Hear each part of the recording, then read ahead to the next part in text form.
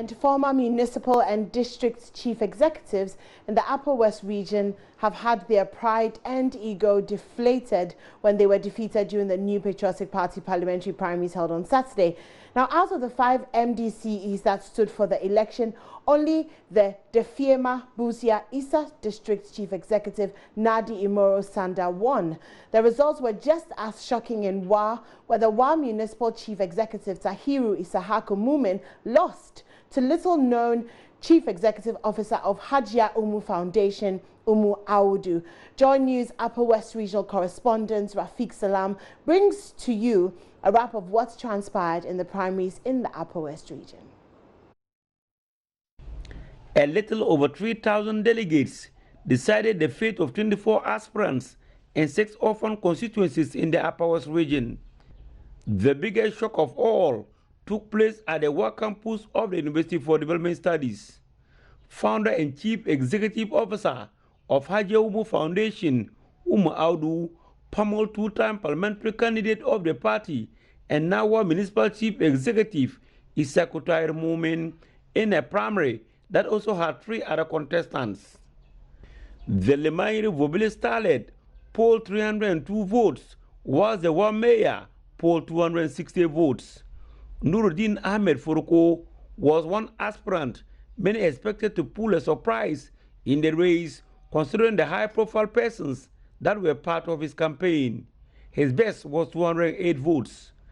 Basiruddin Janet Bibi did not have the same luck that propelled her in the 2015 primary to lose by a whisker. She had 12 votes, whilst Abu Bakr Salifu Orasan, who campaigned for the restoration of the heritage of the party, got 7 votes. Hajia Umu Audu was grateful to the delegates. It's time. What Central is saying, we need a survival. We need somebody who will move us. We need somebody who will bring people, empower them, give them jobs, push them, let them grow. I think this is a win to prove to both NDC and MPP that we are all same. Tijabu. It's a win to make everybody know that people want change. People want a woman they want to try a woman too, because it has never happened before. And I pledge that I'm going to use all my connections that I have in Accra to get it down here to Wa Central. In reality, there was a shadow candidate in the contest whose picture was not on the ballot paper. Constituency Chairman Ali Kamara has not hidden his dislike for Tahiru Isahako Mumin and openly campaigned against him. Chairman Kamara accused the mayor of holding campaign funds to the detriment of the party, an allegation that the mayor's council denied. For Chairman Kamara, victory for any of the aspirants apart from Tahiru Isahako Mumin was a victory for him.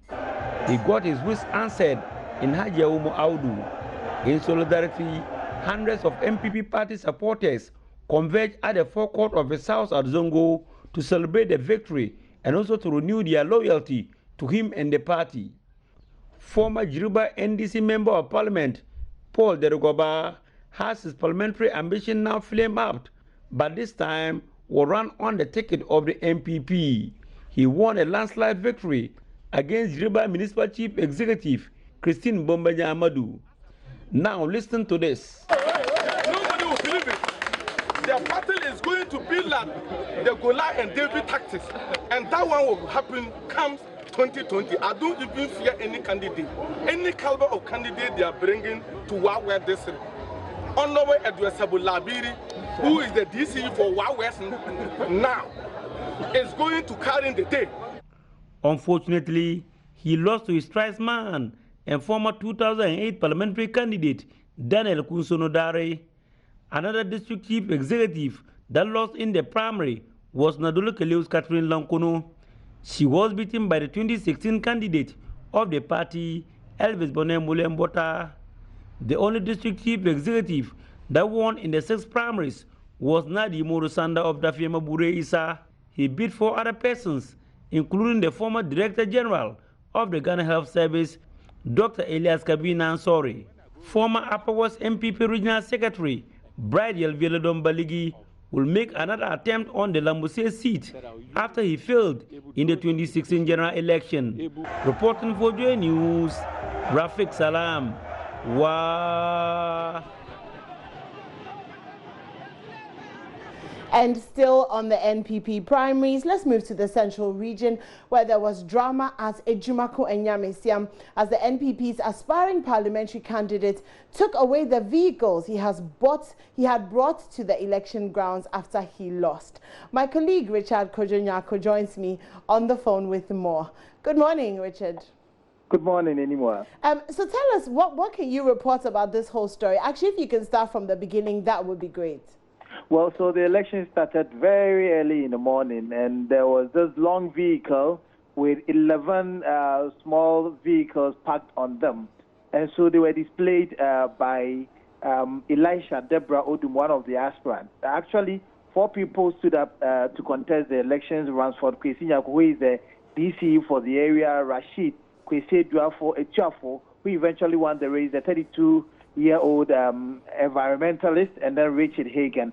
So when we got to the man to explain why he brought the vehicle, he says that he wanted to help the party to become economically independent in the grassroots and also to cause the party to be highly attractive to the constituency ahead of the election. So the 11 were to be distributed to the 11 zones in the Jumako area. But when victory did not go his way, he decided to drive the car back to where he brought the vehicles from. According to him, it was to help the zones to pay back.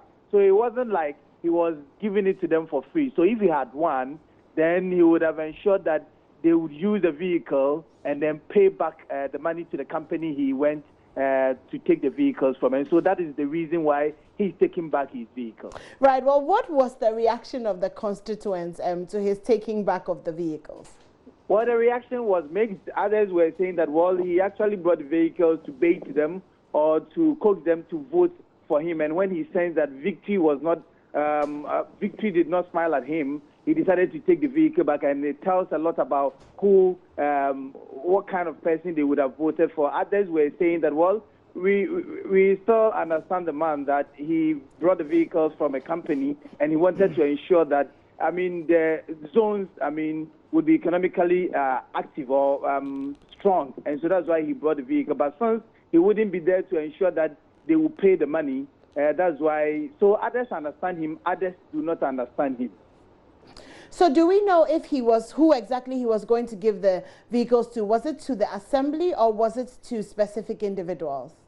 Now, the Jumako constituency is divided into zones. So we have 11 zones in all. And so each vehicle was going to one zone. So 11 of them would have gone to each zone for them to work with and then pay. So it's just like work and pay basis. So they work and then they will pay the amount of money the vehicle was bought. And when so you say work and pay, what do you mean? What kind of work were these vehicles going to be used for? Well, as taxis. So it would have been branded as taxis to be used in the Ejumaku area or from Ejumaku to Mankesim, where they usually do. And so the proceeds that will accrue from the usage of the vehicles would go to pay the price of the vehicles he brought. Right, okay. Well, thank you very much for joining us this morning.